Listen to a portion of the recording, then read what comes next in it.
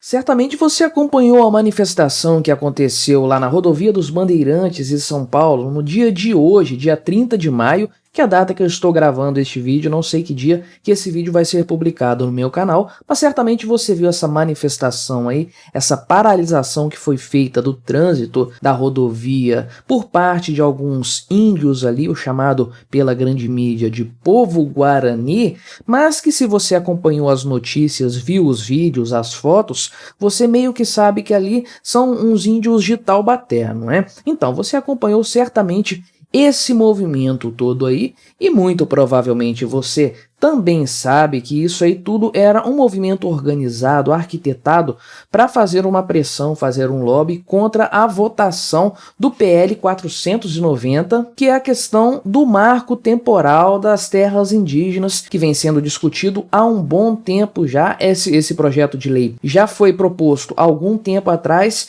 e finalmente foi proposta aí a urgência desse projeto. A urgência foi aprovada e na data de hoje ele foi votado no Congresso Nacional, na Câmara dos Deputados, né? Então esse protesto aí por parte desses indígenas, aí, se é que eles são de fato, tinha por objetivo fazer um lobby em relação à votação desse PL aí do marco temporal. Claro que não deu certo no final das contas, foi aprovado na Câmara dos Deputados com uma margem muito folgada, diga-se de passagem. Havia sim um grande interesse por parte da casa em aprovar isso.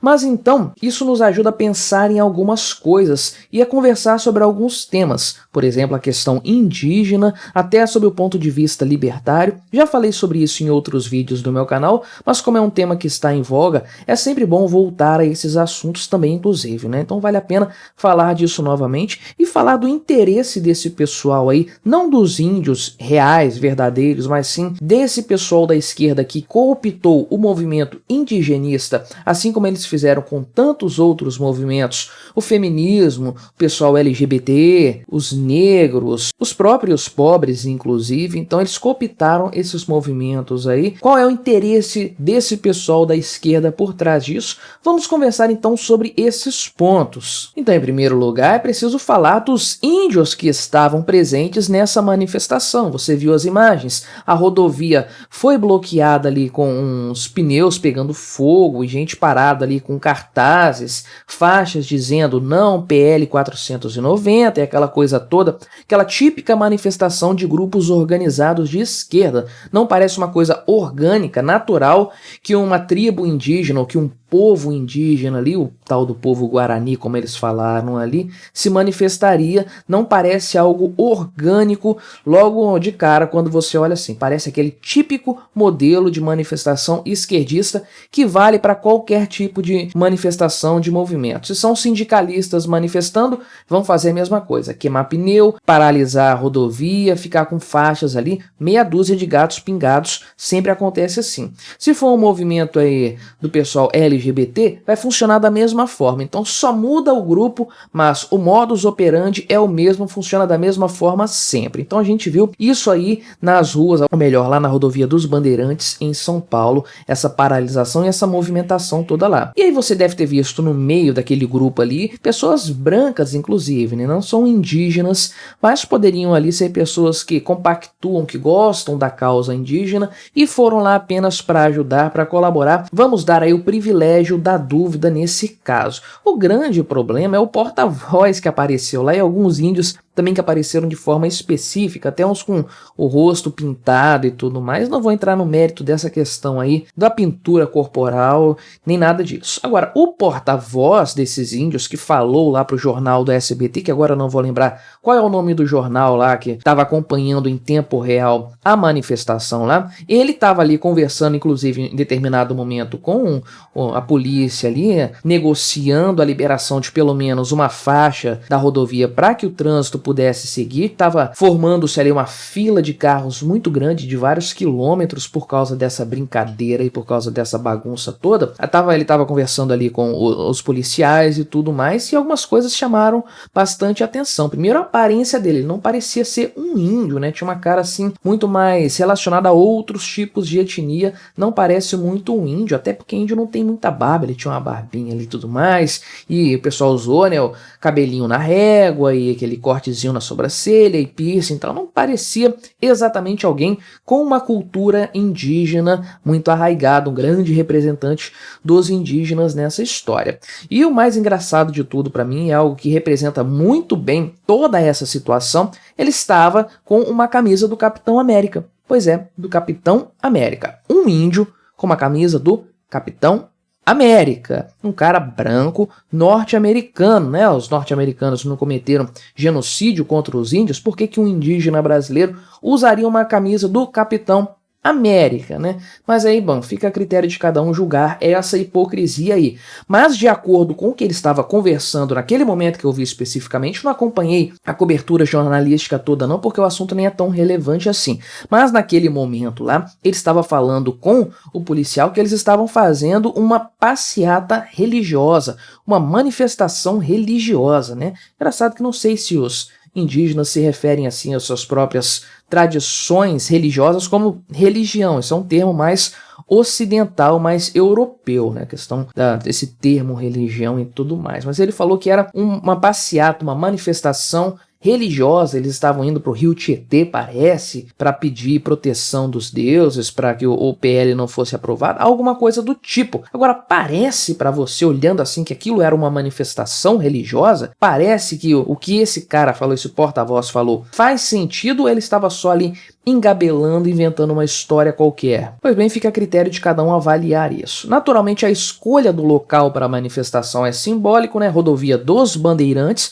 e você sabe, existe a história dos bandeirantes aqui no Brasil, que foram muito importantes para desbravar os interiores. Muita coisa em São Paulo ali foi descoberta pelos bandeirantes, cidades foram fundadas por eles, e não só em São Paulo, em várias outras partes do Brasil, no centro-oeste, até no norte do país. Eles rodaram isso tudo aí na época que era tudo mato, realmente. Era tudo mato no Brasil, e eles atravessaram esse matagal todo aí, foram criando povoados, descobrindo, mapeando, dando nome para rios e tudo isso aí. Então essa rodovia dos Bandeirantes homenageia esses indivíduos que fizeram uma parte importante na história do Brasil, assim como existem outras rodovias, enfim, que homenageiam bandeirantes específicos, especialmente lá em São Paulo, um estado na qual os bandeirantes são muito importantes. Mas existe toda aquela história de que eles matavam índios, escravizavam índios e tudo mais, que é uma história assim, muito tendenciosa, para falar a verdade. Existe aí uma série de contradições nesse tipo de questão. Agora, a narrativa que prevalece é essa, de que eles eram aí exploradores dos indígenas no Brasil na época das bandeiras, né? Então, o local foi escolhido justamente por essa finalidade, para representar aí uma manifestação contra os bandeirantes do passado. Então, não foi escolhido à toa o local da manifestação, além de ser um trecho muito movimentado e que, ao causar muito transtorno e a chamar muita atenção para essa manifestação, que, volto a dizer, foi feita por meia dúzia de gatos pingados, muitos dos quais não pareciam ser indígenas de verdade, não. Mas quem sou eu para julgar quem é índio e quem que não é, né? Agora, o fato é que nós estamos vendo apenas a manifestação de outro grupo de esquerda aí, porque no final das contas é isso que está por trás dessa história toda aí, uma manifestação violenta causando transtornos aí, tocando o rebu no Brasil. Essa é a verdade, coisa que tem acontecido, por exemplo, com o MST, tem voltado muito mais ativa no governo Lula agora. Lula voltou ao poder, parece que esse pessoal teve carta branca para fazer as suas traquinagens Brasil afora. O MST está invadindo um monte de propriedades produtivas, inclusive causando prejuízos, causando transtornos, ameaçando pessoas. Agora temos aí grupos supostamente indígenas, ou ainda que indígenas, que se dizem representantes desse povo guarani inteiro como um todo, poucas pessoas ali falando por um povo inteiro, não é? Então, esses grupos também estão agindo dessa forma agora. Qual será o próximo grupo tipicamente cooptado pela esquerda que vai se manifestar dessa forma? O tempo nos dirá. Agora, acontece que esse, de fato, é um movimento real que acontece há muito tempo e que agora que o Lula voltou ao poder, a esquerda vai tentar aprofundar que é a cooptação de movimentos sociais ou de grupos sociais para tentar fazê-los, torná-los massa de manobra da esquerda. Isso vem acontecendo com muitos grupos, os já citados negros, LGBT, mulheres e agora os indígenas também, naturalmente, não poderia deixar de ser assim a história. O que nós sabemos bem, podemos afirmar sem medo de errar, é que essa manifestação em que não tem nada de autêntica, não tem nada de orgânica, não tem nada da cultura indígena, a não ser eles ali com uns cocares e com arco e flecha, fingindo que estavam manifestando sei lá o que, não tem nada de cultura indígena ali. Essa manifestação é apenas uma tentativa da esquerda de fazer pressão popular, causar transtornos, partir para violência mesmo, né? Partir para o enfrentamento direto, que é o que eles sabem fazer. O debate de ideias não é o forte dessa galera e eles nem estão interessados nisso. Eles não ligam para o debate de ideias para colocar ideias em cima da mesa. O negócio deles é tocar o rebu mesmo, fazer bagunça, chamar a atenção por conta do fuzuê que eles fazem no Brasil. Então esse grupo aí, Guarani, supostamente, diz a grande mídia aí que eles são guaranis, esse grupo está apenas sendo cooptado pela esquerda, com muita gente infiltrada ali, pode ter certeza, para causar confusão, transtornos e chamar a atenção para essa pauta aí e também fortalecer esses movimentos no final das contas, que é o que eles querem, é o que o MST tem feito também e outros grupos vão se sentir muito à vontade para fazer nos próximos dias, pode ter certeza, aí nos próximos meses veremos mais coisas do tipo acontecendo. Ah, mas então eu não gosto de índio, acho que eles não devem ser respeitados, não devem ter os seus direitos? Obviamente que eu não penso dessa forma. Eu acho que os índios são tão merecedores de dignidade como qualquer um de nós. Eles são seres humanos com as mesmas faculdades, capacidades e especialmente direitos naturais que devem ser garantidos. E o mais fundamental dos direitos para todos nós libertários é a questão da propriedade privada. Então o índio precisa ter a propriedade privada dele sim garantida e a partir daí ele tem que ser livre para fazer o que ele quiser com sua propriedade. Se ele quiser desmatar, ele pode. Se ele quiser transformar em agricultura, terreno para agricultura, ele pode. Se ele quiser vender, ele pode. Se ele quiser trocar isso por dinheiro e morar na cidade, ele é livre para fazer isso. Eu sempre lembro dos índios lá dos Estados Unidos, que são donos do Red Rock Café.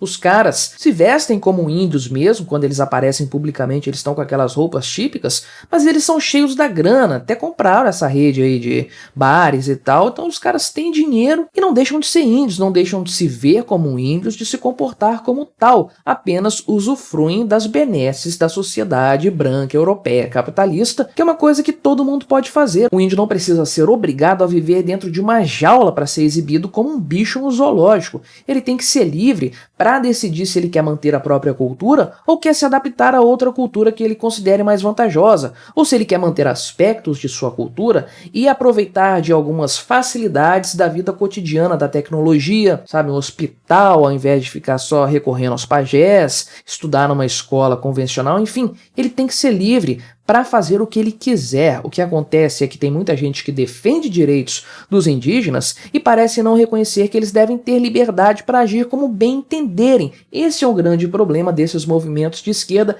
que cooptam a questão indígena e tantas outras. Eles dizem defender direitos, mas eles querem apenas massa de manobra. Se você oferecer a possibilidade de os índios terem direitos reais, pense na questão da propriedade privada e ter liberdade para fazer com ela o que quiser, esses caras são contra, porque eles não estão defendendo direitos, eles estão querendo cooptar o grupo dos índios, os povos indígenas, para transformá-los em massa de manobra para suas vontades políticas, suas vontades ideológicas. Os índios merecem ser livres como eu e você somos. Reconheça as terras, entregue para os índios, dê a eles titularidade disso, título de propriedade e deixe eles ser livres para fazer o que eles quiserem. Pode ter certeza que os índios estariam vivendo muito melhor hoje se não fosse a esquerda atrapalhando o seu próprio desenvolvimento enquanto povo, enquanto cultura, principalmente enquanto indivíduos, porque cada um deles deve ser livre para tocar a sua vida como bem entender.